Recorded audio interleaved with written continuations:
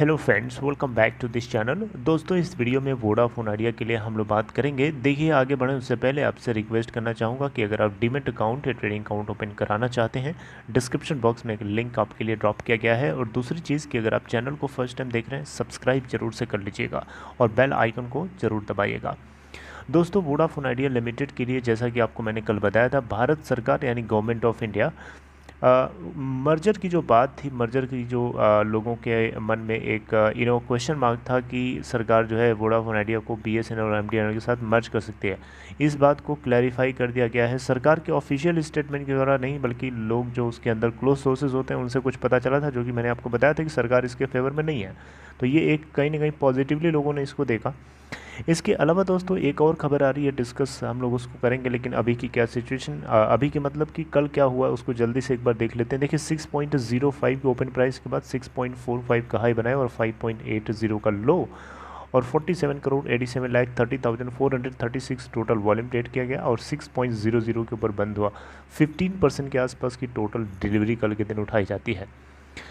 दोस्तों, Vodafone idea limited के लिए ही नहीं, बल्कि ये भारती एयरटेल को भी काफ़ी ज़्यादा फ़ायदा होने वाला है। सरकार की तरफ से कुछ भी अभी तक क्लैरिटी इसके ऊपर ऑफिशियली कुछ जारी नहीं किया गया है, लेकिन कुछ जो क्लोज ऑफिसर्स होते हैं उनके थ्रू ये चीज़ें पता चली हैं। हालांकि अभी ये पब्लिक डोमेन में नहीं आई हैं। देखिए, वोडाफोन आइडिया के स्टॉक में जो आपको सर्जेंस कल देखने को मिला था, उसके पीछे सरकार की तरफ से क्लैरिफाई करना कि वो मर्जर नहीं करने वाली है एमटीएनएल और बीएसएनएल के साथ में, ये तो था ही था। इसके अलावा टेलीकॉम सेक्टर के लिए रिलीफ पैकेज को लेकर के बात थोड़ी थोड़ी बाहर आती हुई नज़र आ रही है। सुनने में आ रहा है, ऐसा जो क्लोज सोर्सेज होते हैं सरकार के ऑफिशियल्स, उनसे पता चला है कि सरकार जो है एडजस्टेड ग्रॉस रेवेन्यू की जो टाइम लाइन 10 ईयर्स की सुप्रीम कोर्ट ने ग्रांट करी थी इन कंपनीज के लिए, उसको 20 साल तक या 20 ईयर्स तक बढ़ा करके कर सकते हैं। देखिए, भारत सरकार के पास इतनी पावर होती है कि वो सुप्रीम कोर्ट के किसी भी डिसीजन को किसी किसी न किसी रूप में उसको ओवरटर्न नहीं करना, उसको ओवरराइड कर सकती है बेसिकली। तो यहाँ पे वही हो रहा है। भारत सरकार, जैसे कि आपको पता है, सुप्रीम कोर्ट के अंदर एडजस्टेड ग्रॉस रेवेन्यू के लिए 10 ईयर्स का टाइम फ्रेम को जज करने वाले जस्टिस अरुण मिश्रा थे। आपको ये बहुत अच्छे से खबर पता है। तो अब यहाँ पे ऐसा हो सकता है कि सरकार इन कंपनीज़ को 20 ईयर्स का टाइम फ्रेम दे सकती है, और ये कहीं न कहीं रिपोर्ट करी गई है। और ये बेसिकली कैन की तरफ से रिपोर्ट किया गया, और जिसमें गवर्नमेंट का ये इंटेंशन है कि ये कुछ adjusted gross revenue dues payment time frame में ऑर्डिनेंस ला सकती है, यानी कुछ बदलाव ला सकती है, कुछ उसके स्टैंडर्ड्स में कुछ चेंजेस ला सकती है। जैसा कि आपको पता है, एक बात तो आपको पता है कि सरकार किसी ऑर्डिनेंस के रूप में सुप्रीम कोर्ट के दिए हुए ऑर्डर को ओवरराइड कर सकती है। ऐसा नहीं है कि नहीं कर सकती है। तो यहाँ पे ये नोट करने वाली बात है कि डिपार्टमेंट ऑफ टेलीकम्युनिकेशन भी सरकार वोडाफोन आइडिया और भारती एयरटेल के फेवर में ही कोशिश किया था एडजस्टेड ग्रॉस रेवेन्यू की टाइमलाइन को 20 ईयर्स तक ले आने के लिए। हालांकि कंपनी वोडाफोन आइडिया तो 15 साल ही चाहती थी। वो तो नहीं चाहती थी कि 20 साल दो भैया हमें, वो तो चाहती थी कि हमें 15 साल दे दो। 15 साल में हम अपने ड्यूज़ को धीरे धीरे चुकाने की कोशिश कर लेंगे। लेकिन 10 साल तो वायबल नहीं है। लेकिन सुप्रीम कोर्ट ने नहीं सुना। सुप्रीम कोर्ट ने अपने मन की करी और 10 साल के टाइम के अंदर इनको आदेश दे दिया कि आपको करना है।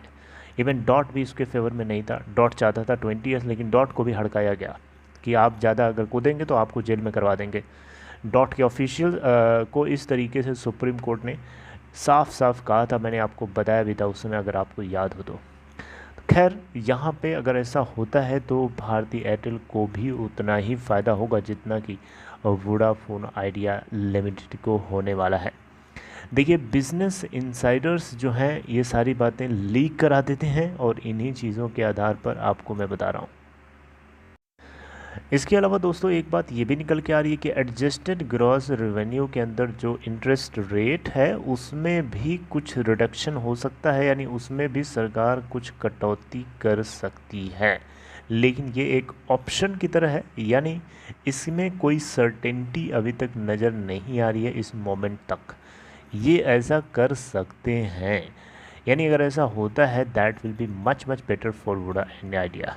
क्यों? क्योंकि इसके पास सबसे ज़्यादा डेट है एडजस्टेड ग्रॉस रेवेन्यू का। जैसा कि आपको पता होगा 105th अमेंडमेंट बिल 2021 को एक एग्जाम्पल की तरह अगर हम देखें तो जहां इंडियन गवर्नमेंट सुप्रीम कोर्ट के जजमेंट को नलीफाई कर देती है, तो इसी रास्ते से, इसी इंटेंशन के साथ वोडाफोन आइडिया और भारती एयरटेल यानी टेलीकॉम रिलीफ पैकेज के रूप में ये judgement adjusted gross revenue dues को नलीफाई करते हुए उसको ओवरराइड कर सकता है। सरकार के पास पावर है। यही बात वोडा आइडिया के सीईओ ने भी करी थी। सरकार के पास पावर है ये सब करने का। तो एडजस्टेड ग्रॉस रेवेन्यू को लेकर के कुमार मंगलम बिरला की तरफ से 3 इश्यूज़ के ऊपर हाईलाइट किया गया था कि आप एडजस्टेड ग्रॉस रेवेन्यू में कुछ क्लैरिटी करिए, यानी कुछ उसमें बताइए कि हाँ क्या है, क्या ट्रू है, क्या करेक्ट है, क्या इनकरेक्ट है, यानी करेक्ट वैल्यू क्या है उसको हमें पे करना है। मोरेटोरियम आप हम सबको दीजिए स्पेक्ट्रम पेमेंट्स में, और इसके अलावा फ्लोर प्राइस रिजाइम को लेके आइए। अदरवाइज़ टेलीकॉम सेक्टर को हेल्दी बनाना है, तभी यह ऐसा पॉसिबल है अगर आप ऐसा करते हैं, अदरवाइज़ पॉसिबल नहीं है। तो दोस्तों बहुत अच्छी बात यह है कि सरकार अगर इस तरीके के पैकेज के साथ सोच विचार रही है, शायद इसीलिए टाइम लग रहा है। और हम लोगों को जल्दीबाजी करने की ज़रूरत नहीं है, लेकिन जल्दीबाजी करने का जी करता है, लेकिन हमें अपने आप को रोकना होगा। जल्दीबाजी की ज़रूरत नहीं है, सरकार काम कर रही है, आपको टेंशन नहीं लेना है। सरकार इसके ऊपर सोच विचार रही है, अपने लोगों से बातचीत कर रही है, क्या होना है क्या नहीं होना है। इस बीच में सरकार ने यह भी कहा था कि वो वोडाफोन आइडिया के मैनेजमेंट का राय जानना चाहती है कि वो उनका इंटेंशन क्या है, वो चाहते क्या है। चलिए आगे कुछ और हम लोग बात करेंगे। अपना ख्याल रखिए, जो कुछ होगा हम लोग आगे डिस्कस करेंगे। So take care and good bye.